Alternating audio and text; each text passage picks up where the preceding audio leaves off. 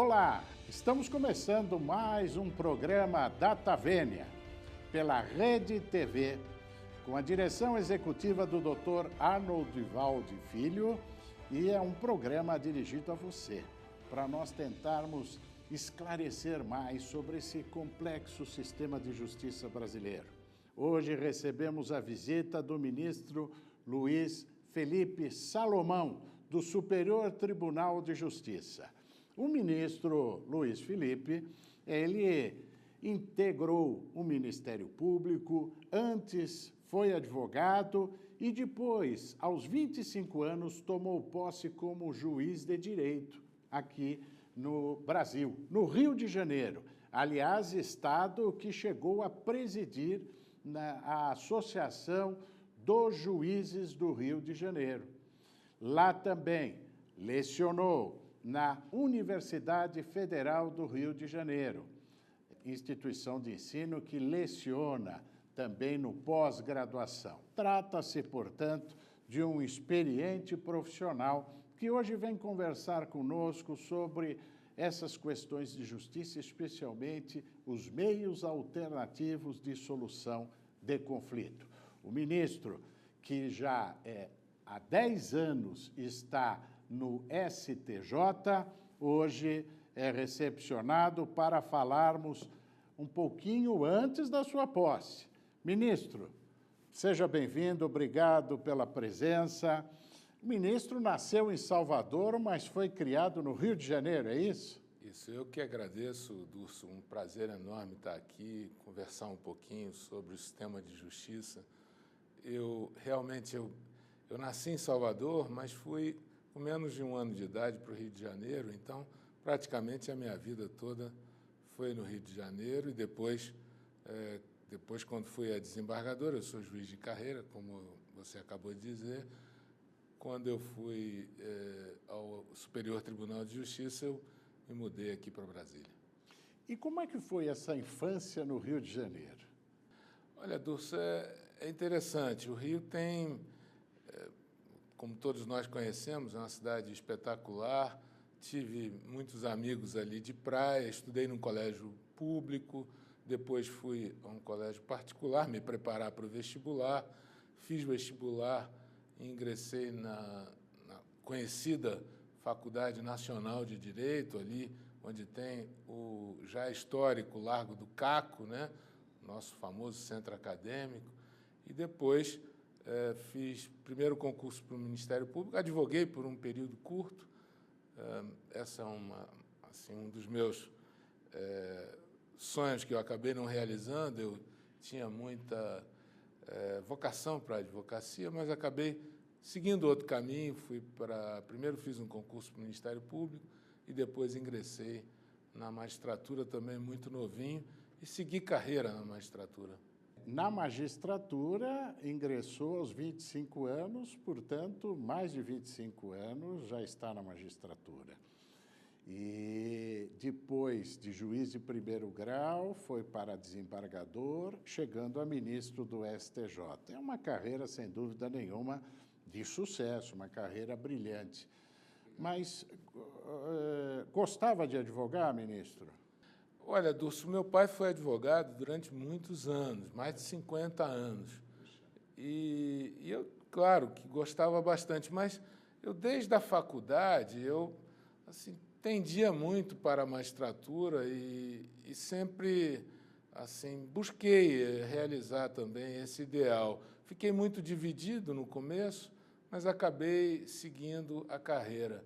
E fui juiz substituto, passei por várias comarcas do interior do Rio de Janeiro, depois fui também substituto na capital, onde a gente passa por vários juízos, né? Família, civil, crime. Era uma coisa, num período onde havia muito poucos juízes titulares, havia uma carência, como ainda há, né? São 30% dos cargos que ficam vagos. Naquela época era pós-Constituição de 88, nós estávamos remontando a carreira, reconstruindo o judiciário para vivenciar esses novos tempos, então ainda era mais acentuado essa carência de juízes. Acabou que, então, eu fiz a carreira, depois fui juiz titular, depois fui desembargador no Rio de Janeiro e acabei sendo guindado a essa posição no STJ, onde eu ocupo uma cadeira na seção de Direito Privado, que também é muito interessante, onde há 10 anos eu vejo ali passar as grandes questões que eu vislumbro assim da cidadania mesmo, né? Questões que envolvem o direito de família, as questões contratuais, as questões da responsabilidade civil, do direito do consumidor, do seguro, da previdência, as questões bancárias.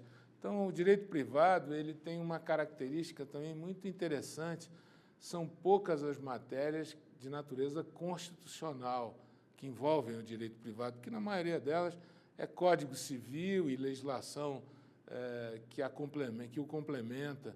Então, poucas as matérias vão ao Supremo nessa área nossa, né? Então, realmente, nós damos a última palavra ali, e é um exercício muito intenso, tem que estar com um olho no mercado, um olho nos direitos do consumidor, um olho no equilíbrio, no ponto de equilíbrio.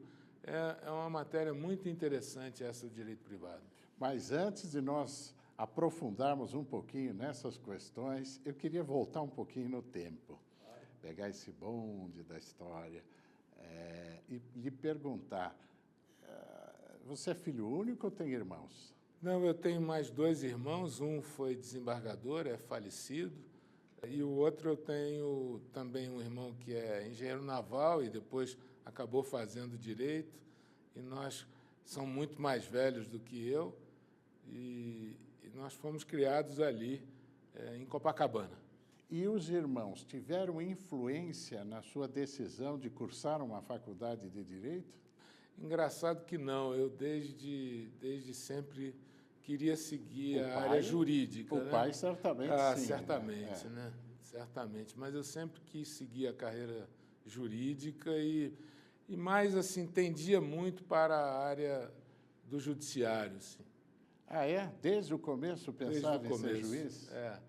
Havia muita, assim, o meu pai, como advogado e profissional liberal, claro, eu via assim a ideia da advocacia forte, mas alguma coisa me puxava ali para o judiciário.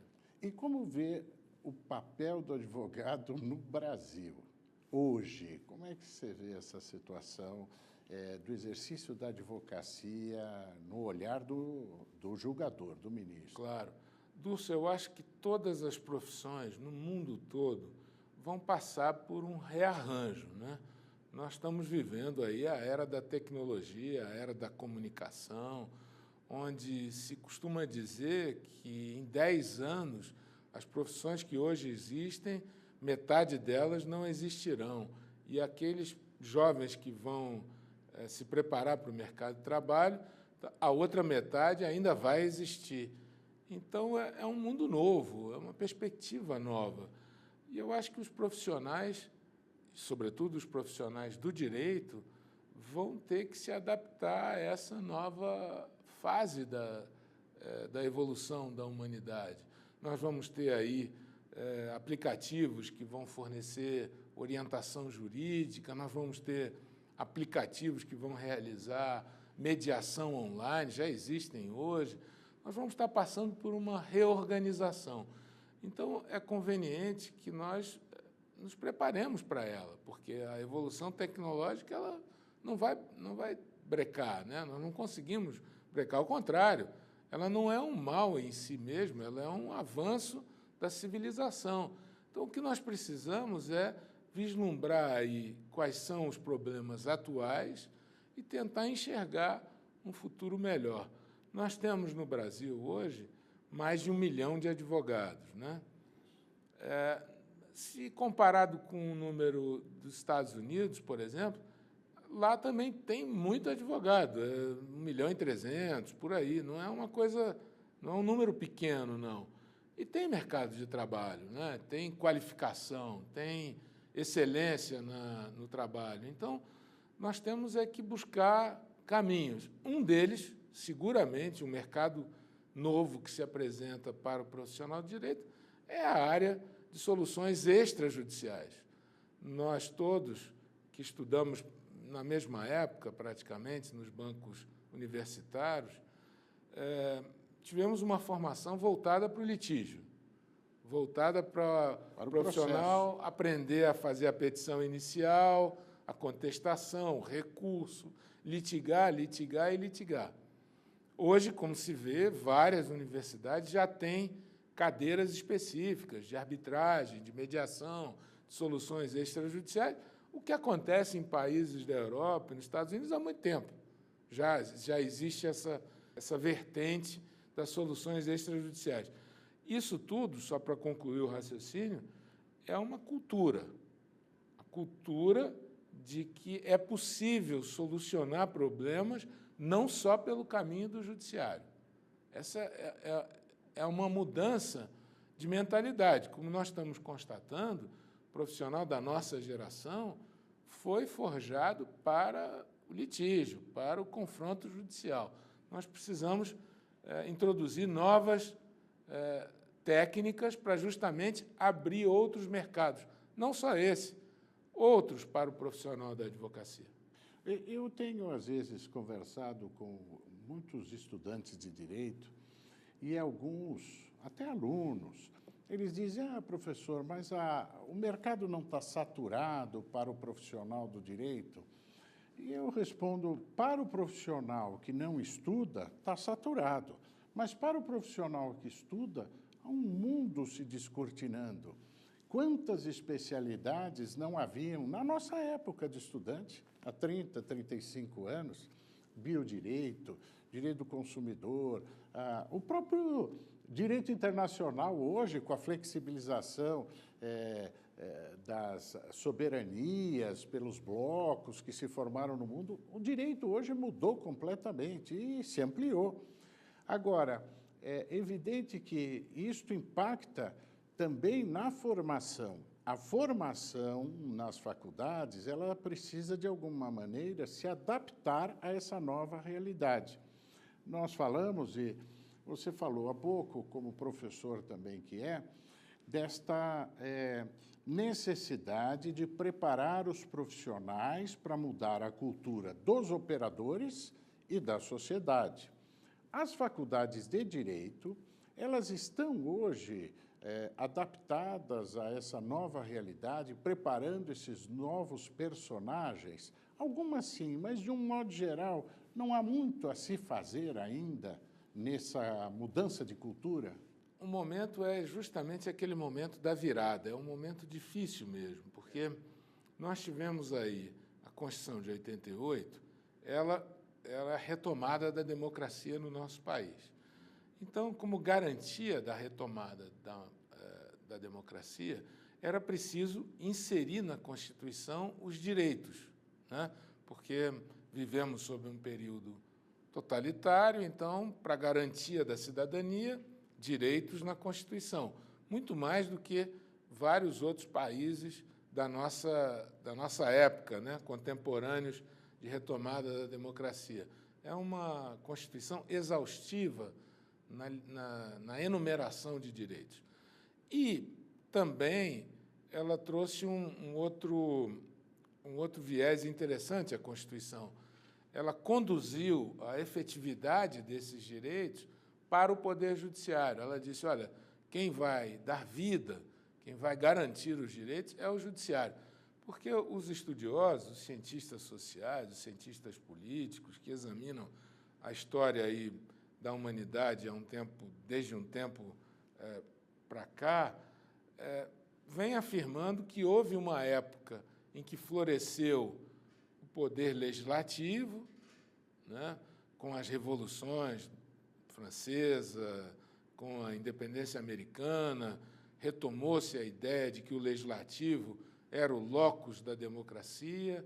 Depois veio o período do poder executivo, um executivo forte que estabelecia as políticas públicas para tirar e para realizar o Estado social.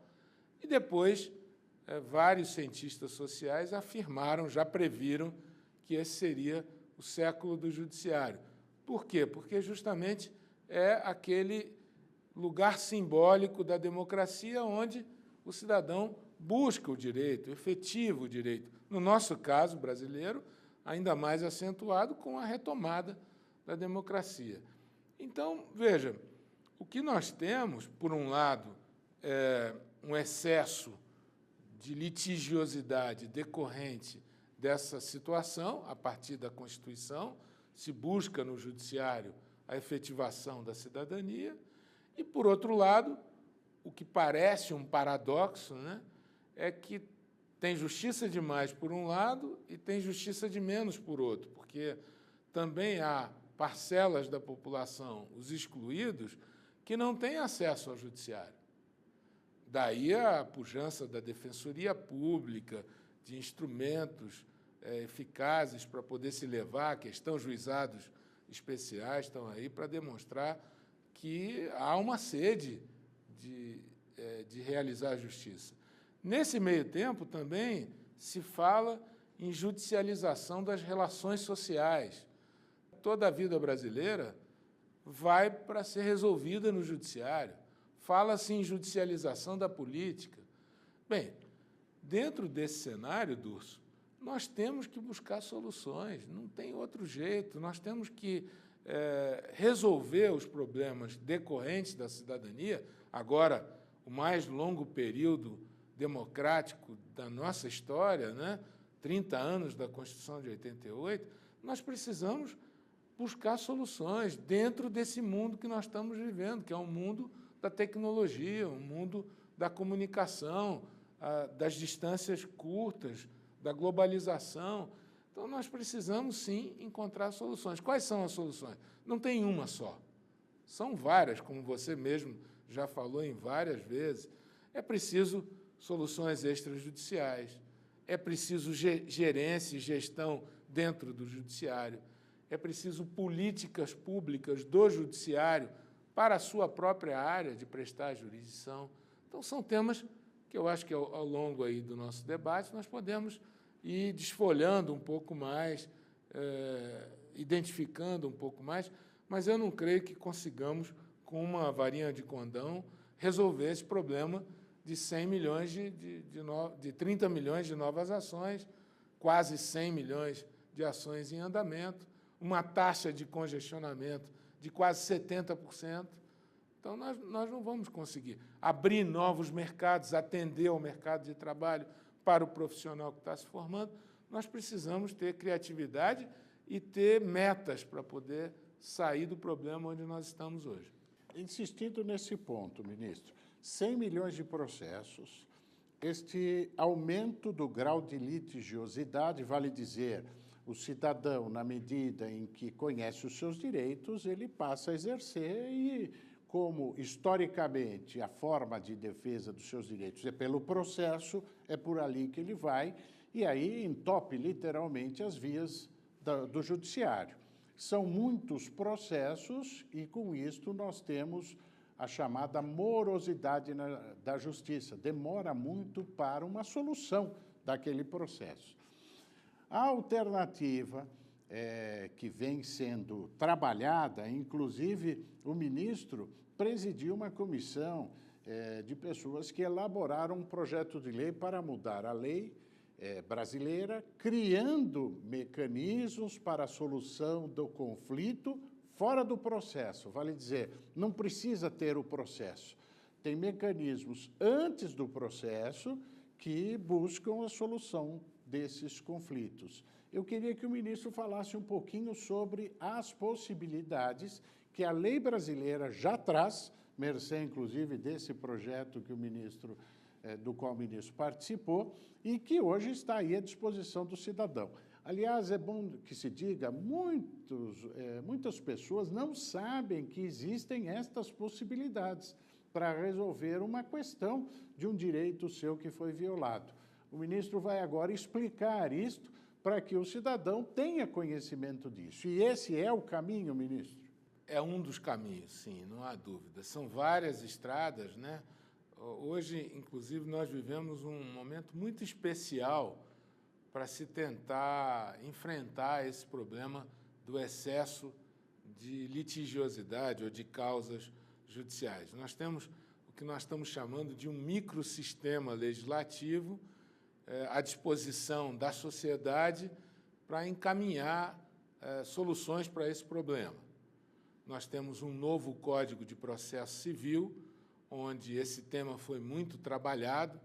Há quem diga que nós criamos aí, a semelhança do que tem nos Estados Unidos, uma espécie de tribunal multiportas, onde se oferece a quem vai ao judiciário vários caminhos para resolver, uma espécie de um cardápio, onde o cidadão chega lá, e vários tribunais americanos já têm isso, totens, onde ele diz o problema dele e ele mesmo escolhe qual é o caminho, arbitragem, mediação, terceiro neutro e imparcial para solucionar. Algumas causas ele vai para mediação obrigatória em alguns estados, como é o caso de família, né, uma questão de família, que envolve família, ou ele pode escolher o próprio processo judicial, que em alguns estados também americanos é bastante caro. Mas, trazendo o que você disse para a nossa realidade, sim, eu acho que nós, como eu te disse, vivemos esse momento. Novo Código de Processo Civil com um tribunal multiportas. O marco legal da mediação, a ampliação da lei de arbitragem. Esses dois últimos, tive a oportunidade, para minha felicidade, de presidir a comissão de juristas de muito boa qualidade, arbitralistas, mediadores, gente de muito gabarito, que elaborou essa legislação e a encaminhou ao parlamento. Então, nós temos essas leis também como ferramentas, como instrumento. Agora, eu quero dividir essa reflexão que eu estou fazendo com você em duas partes. A primeira, a questão da mediação, da arbitragem, das soluções extrajudiciais dentro do judiciário. E, por outro lado, esses mesmos institutos fora do judiciário. Dentro do judiciário, como nós tivemos essa explosão de demandas, e ela é visível, numericamente visível, nós juízes, servidores, tivemos que nos adaptar e criar mecanismos para enfrentar essa quantidade de demandas dentro do judiciário, para desafogar o judiciário. E assim estamos fazendo. Tem alguns mecanismos que já são exitosos, como política pública dentro do judiciário. Por exemplo, os sejusques, aqueles centros de cidadania, de mediação, de conciliação, eles funcionam em vários estados, já com muita eficiência dentro do judiciário. E com presença do advogado. Com presença do advogado, sim. E, inclusive, com parcerias com várias OABs e que funcionam muito bem. Então, esse é um capítulo, o judiciário tendo uma política interna para enfrentar esse problema.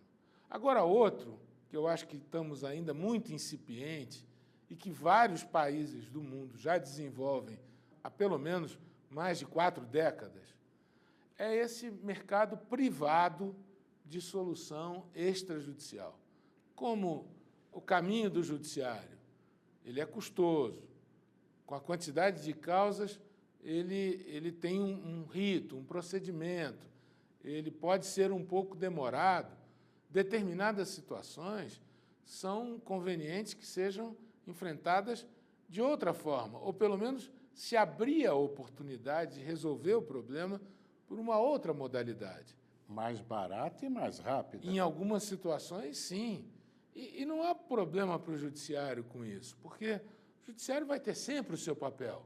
Ele vai ser sempre um dos poderes da República, incumbido de resolver os conflitos de interesse quando outros mecanismos não conseguirem resolver.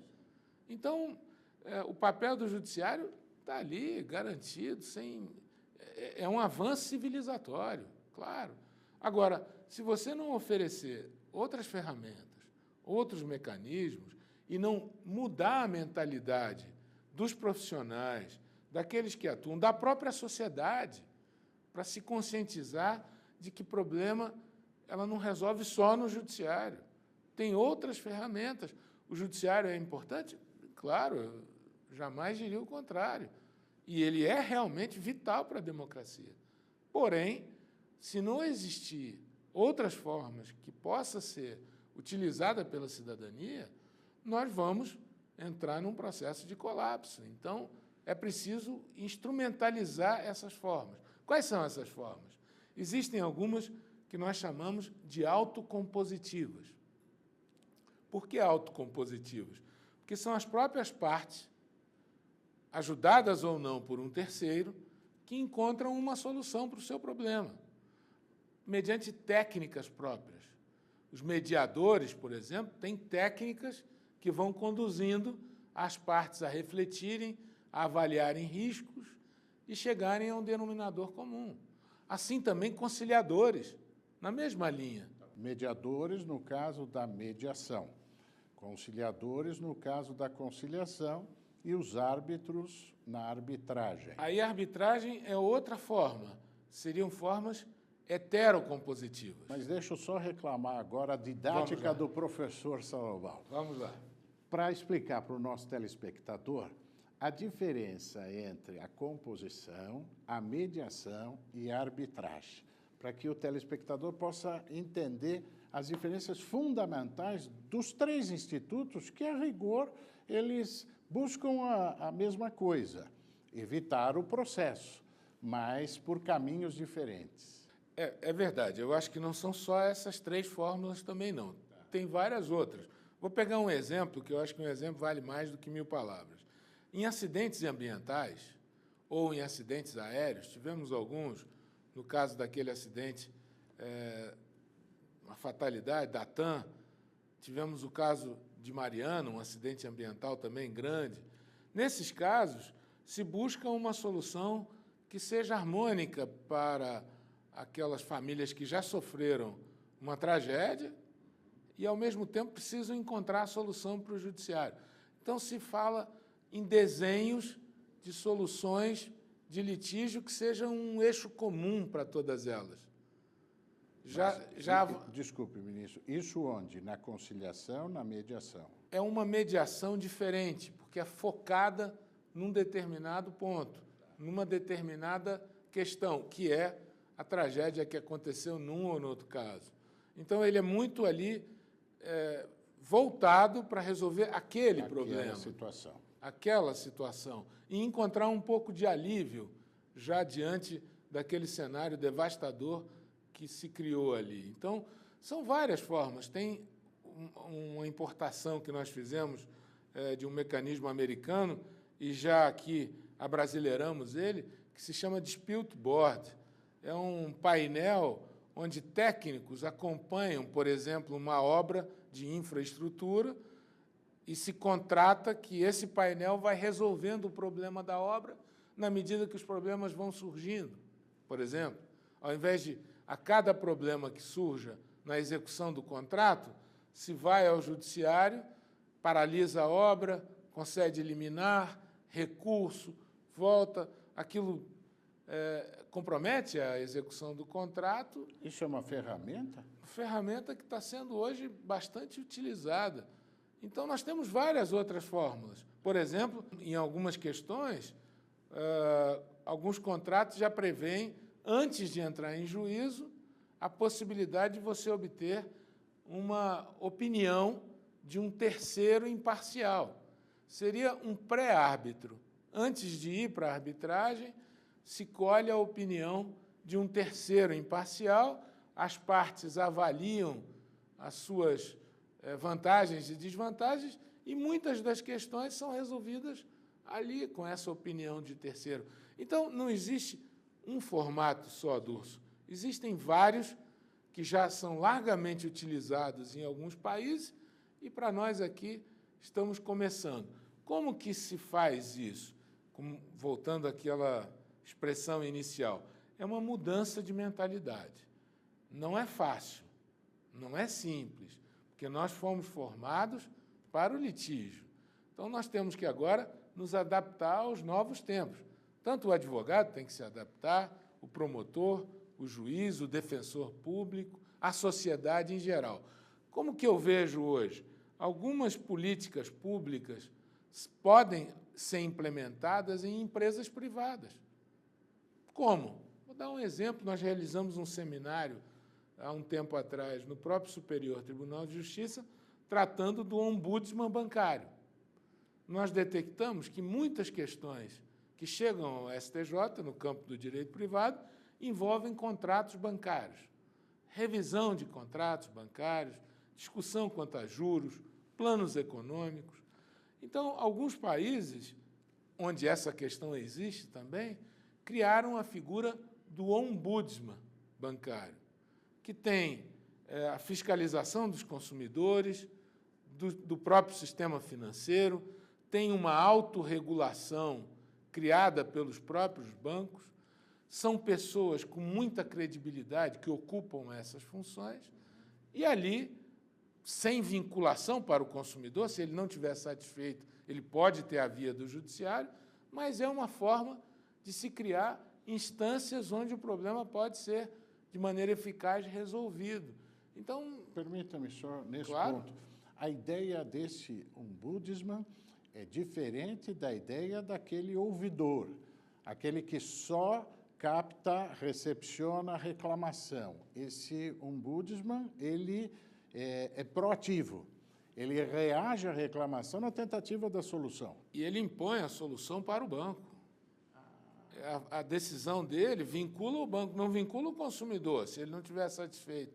Então, mas ela é tão eficaz, ela é tão representativa, que os índices nos países que adotaram são índices elevadíssimos de solução dos problemas. E a redução também para o empresário, para o sistema bancário, é uma diminuição do custo da demanda, porque Sim. aquilo envolve todo um complexo de despesas, né?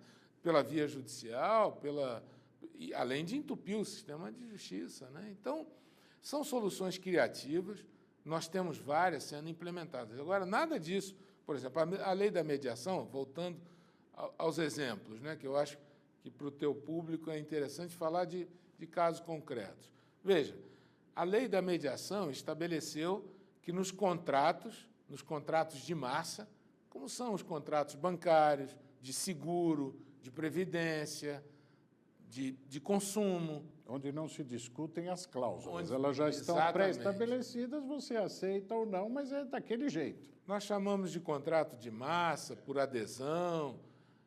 Nesse tipo de contrato, se pode prever uma cláusula de mediação.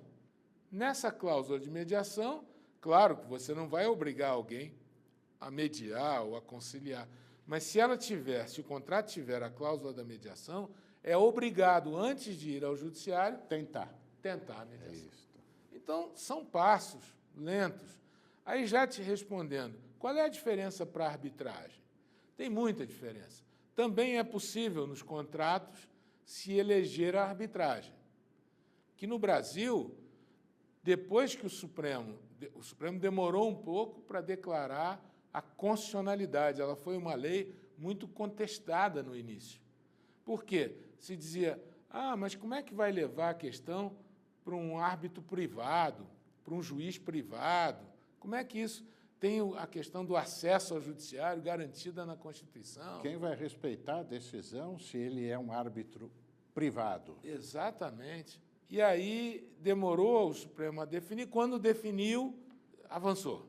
A arbitragem no Brasil hoje é uma realidade, é um mercado de trabalho para muitos advogados, é uma forma de solucionar questões contratuais relevantes, que demandam um conhecimento específico, e vem sendo muito aplaudida a arbitragem no Brasil, porque também há uma flexibilidade, você pode escolher a legislação, você pode escolher o local da arbitragem. Agora, ela tem um custo, esse custo não é barato, então ela é focada em determinados nichos. Ela não é utilizada em larga escala ainda no nosso país. Ela tem alguns problemas para ser utilizada em relação a contratos do consumo, a contratos envolvendo o próprio contrato de trabalho. Então, tem alguns senões em relação à larga utilização. mas ela é um caso de muito sucesso, a arbitragem. Qual é a diferença? Na arbitragem, ou pela força do contrato, ou pela convenção posterior, as partes dizem assim: eu quero que o meu problema seja resolvido por um terceiro imparcial que vai dizer uma sentença privada. Quem escolhe esse terceiro? Pode ser feito no próprio contrato, na convenção, você pode simplesmente escolher qual é a Câmara que vai realizar aquela arbitragem, o tribunal que vai realizar aquela arbitragem. Tribunal privado. O judiciário não se mete. Só em algumas situações pode-se contestar posteriormente, se pedir a nulidade disso. Mas são situações muito específicas que a lei dispõe e o judiciário tem sido muito rigoroso na apreciação disso, de modo a prestigiar a solução da arbitragem. Então, é uma mudança cultural. Nós estamos falando aqui de outra forma de resolver conflitos. Isso toca até naquela ideia do Estado que avoca para si a solução dos conflitos, dos litígios.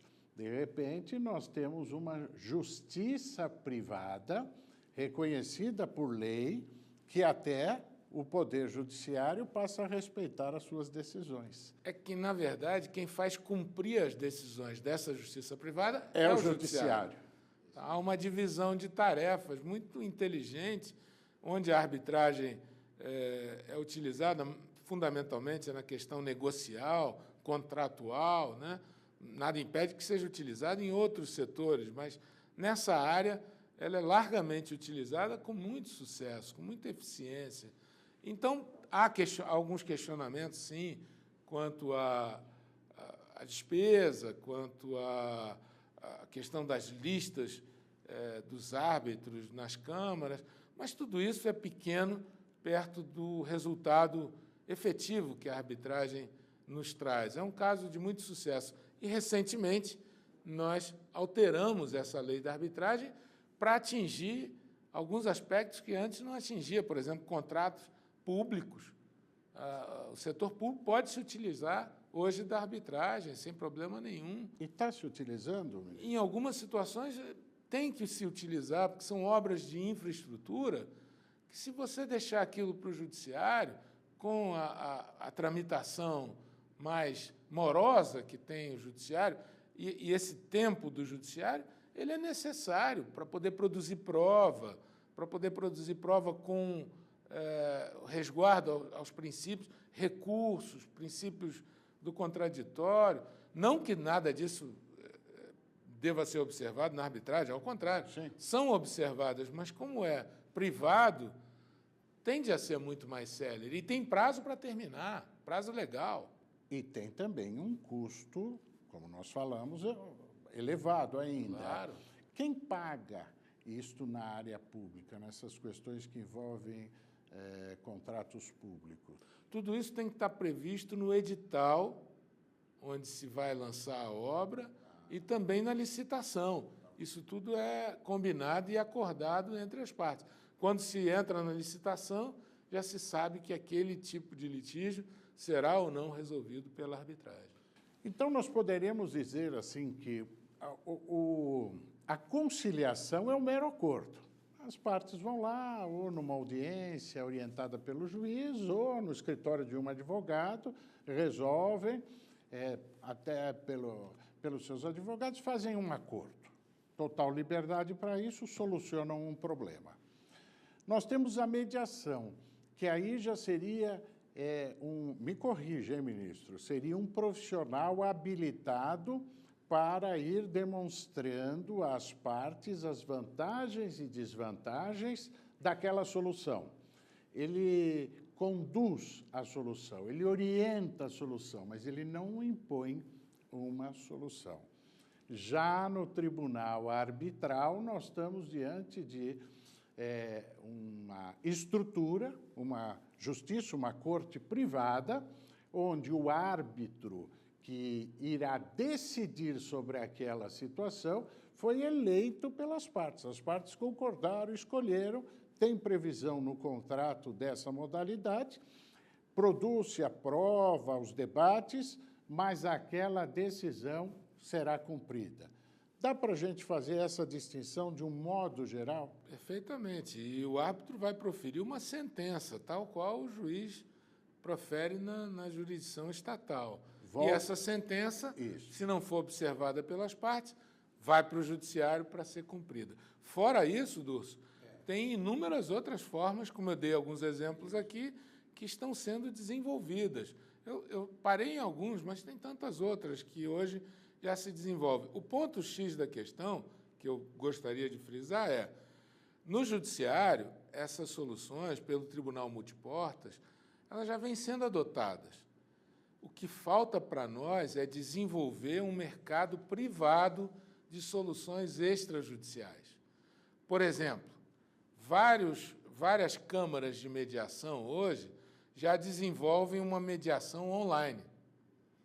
Estão em comum acordo com várias empresas lojistas, onde, surgindo um problema, por exemplo, numa compra e venda de um determinado produto, antes de ir para o judiciário, tenta-se a mediação.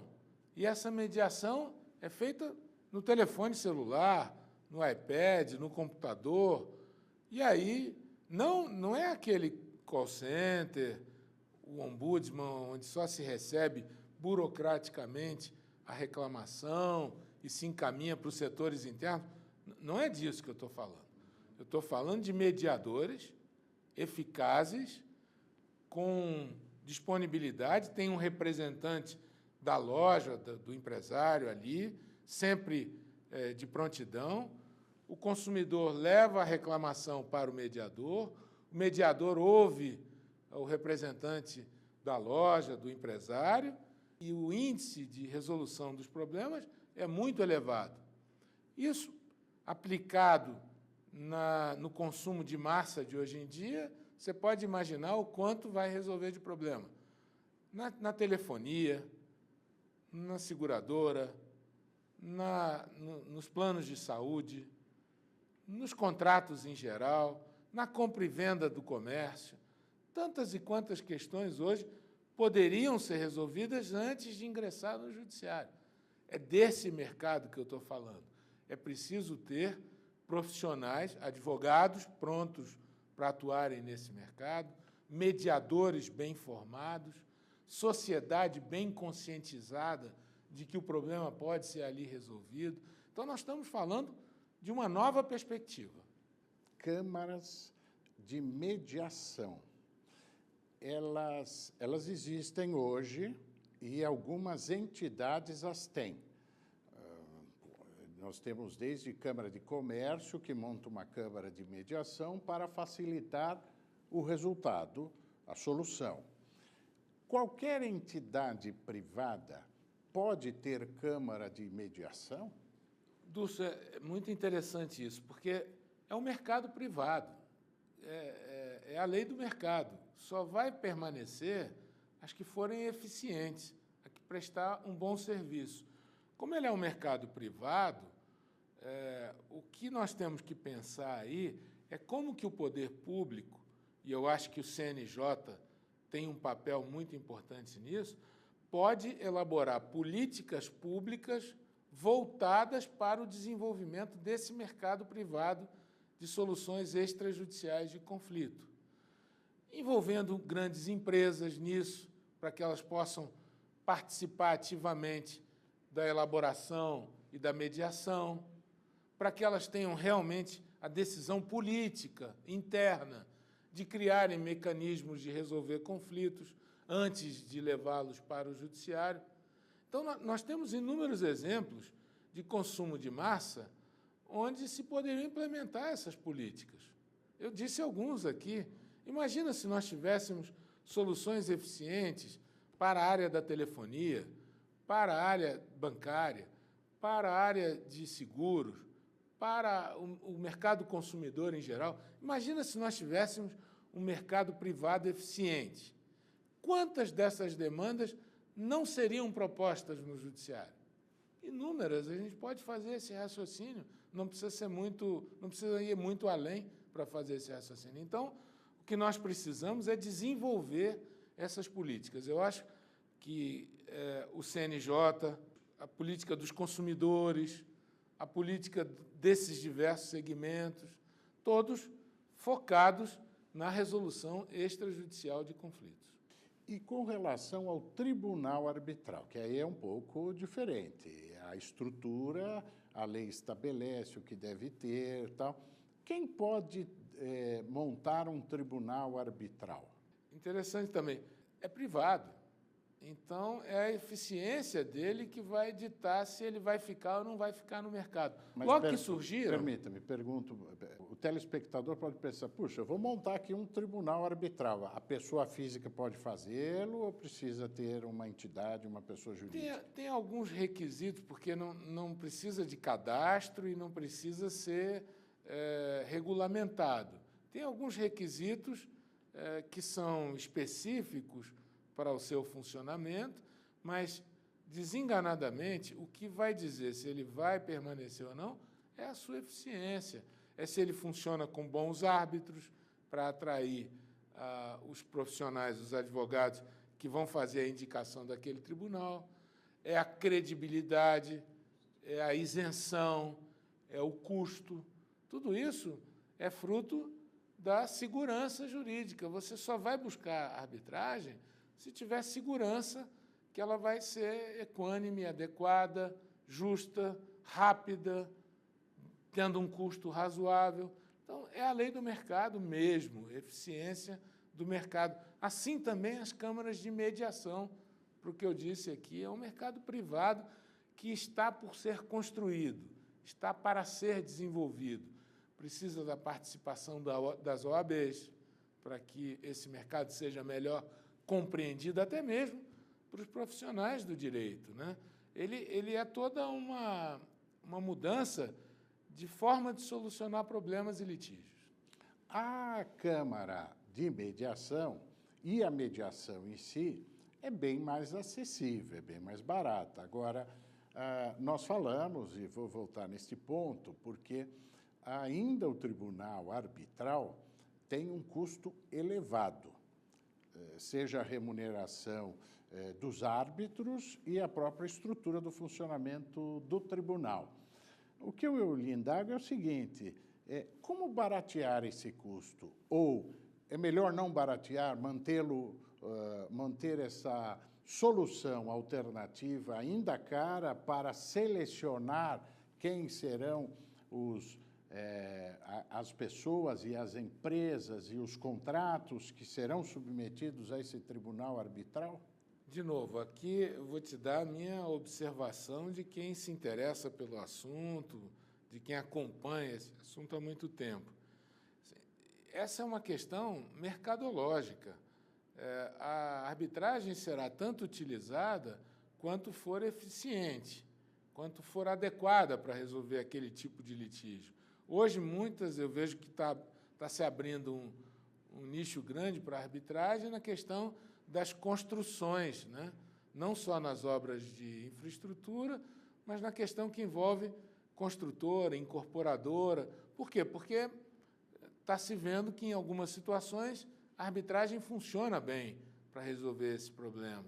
Então, como ela é privada, como ela depende da autonomia, da vontade das partes, são elas que vão escolher, e se estiver funcionando bem, se o mercado for bom, se os profissionais forem adequadamente preparados para atuar ali, elas vão atrair o seu público.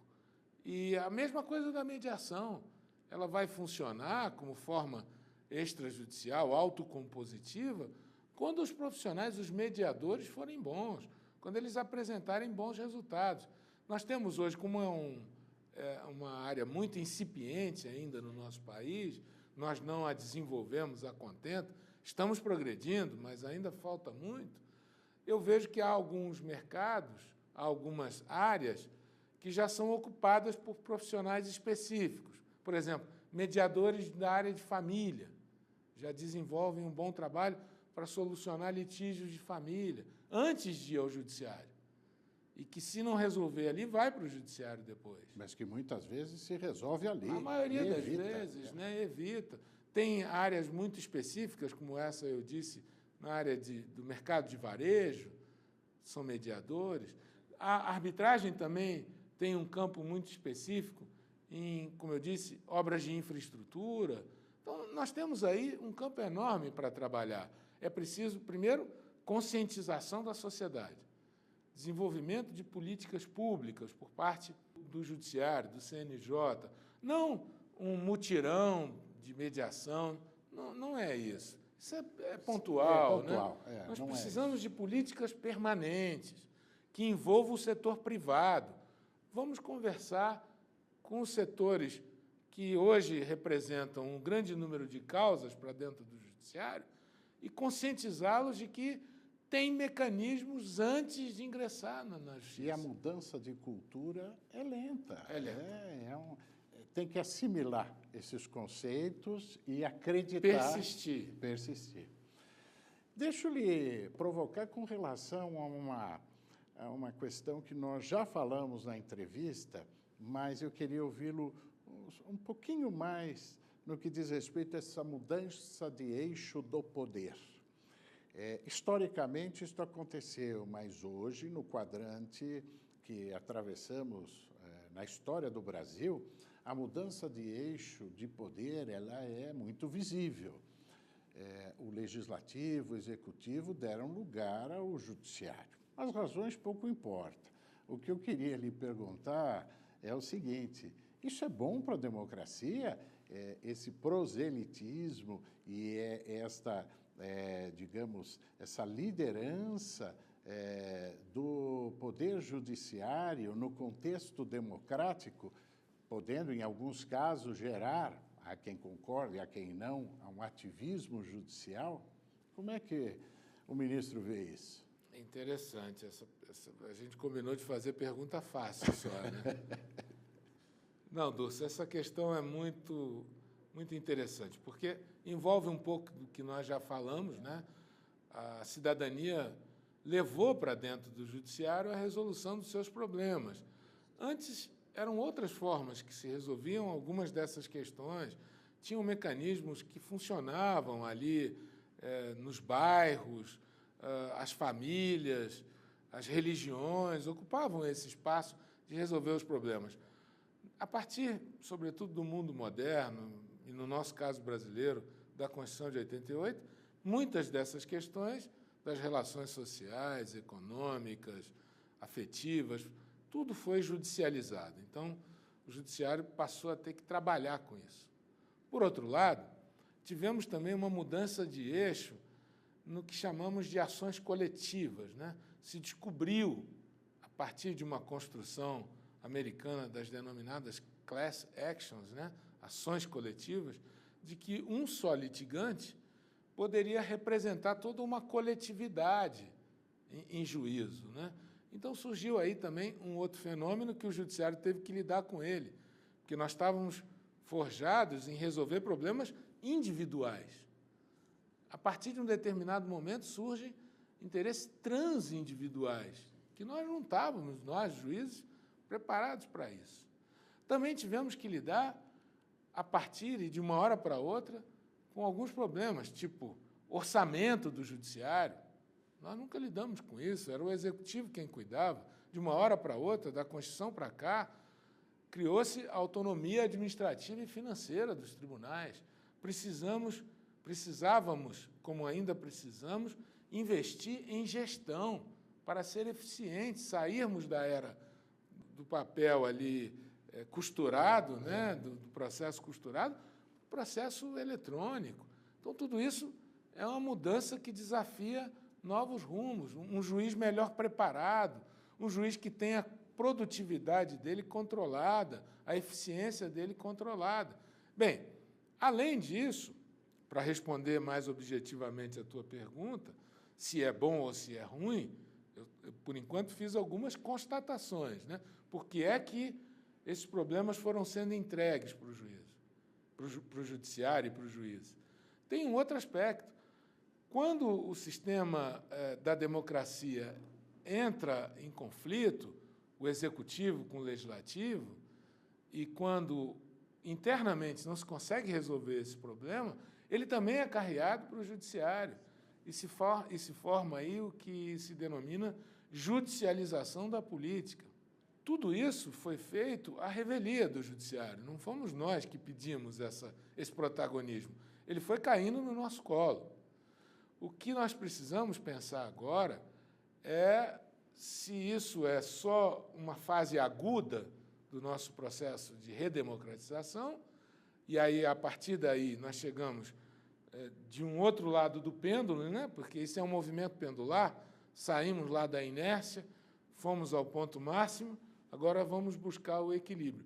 Porque, para nós, juízes, e aí já vai a minha opinião sobre a questão do ativismo, ela não é boa. Não é bom que a gente ultrapasse o limite do que nós temos como constitucional. Não é bom para a democracia, não é saudável para o judiciário.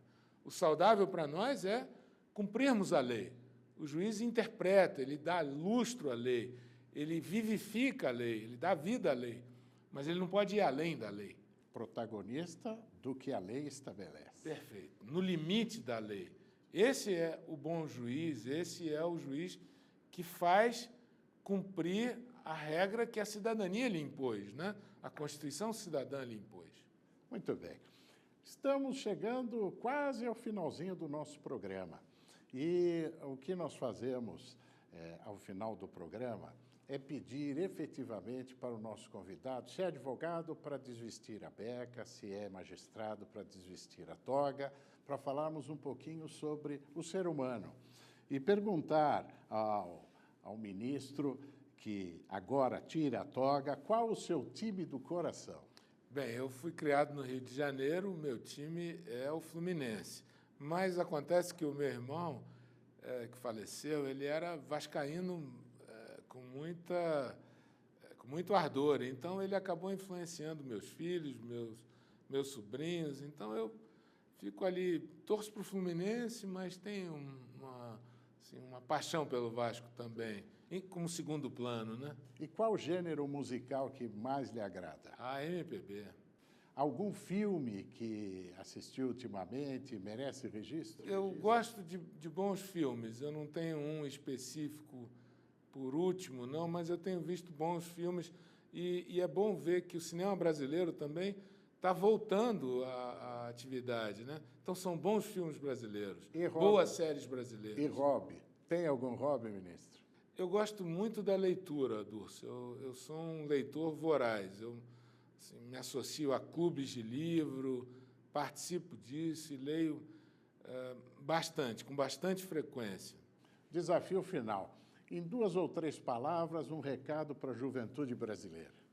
Bem, eu espero, sinceramente, que o nosso país, e tenho fé que vai acontecer isso, vá para o rumo certo.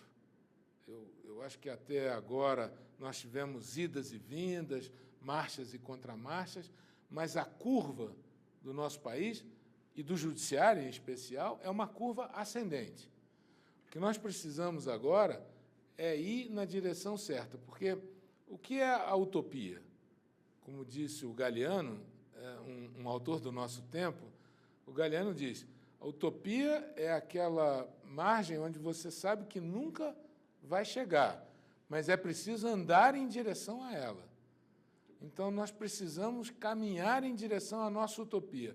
E o Brasil será grande, será um país enorme. Nós temos mais de 200 milhões de pessoas, nós temos um empresariado bom, um sistema de justiça que vai caminhando para se aperfeiçoar, um setor público que precisa melhorar muito. Claro que nós temos que fazer o dever de casa, mas nós precisamos ir na direção da nossa utopia. Ministro, muito obrigado pela sua presença. Foi um programa muito agradável. Nós tivemos aqui a visita do ministro Luiz Felipe Salomão, do Superior Tribunal de Justiça. Foi uma honra recebê-lo. E agora, ao encerrar o nosso programa, convido você para que esteja conosco no próximo Data Vênia. Até lá!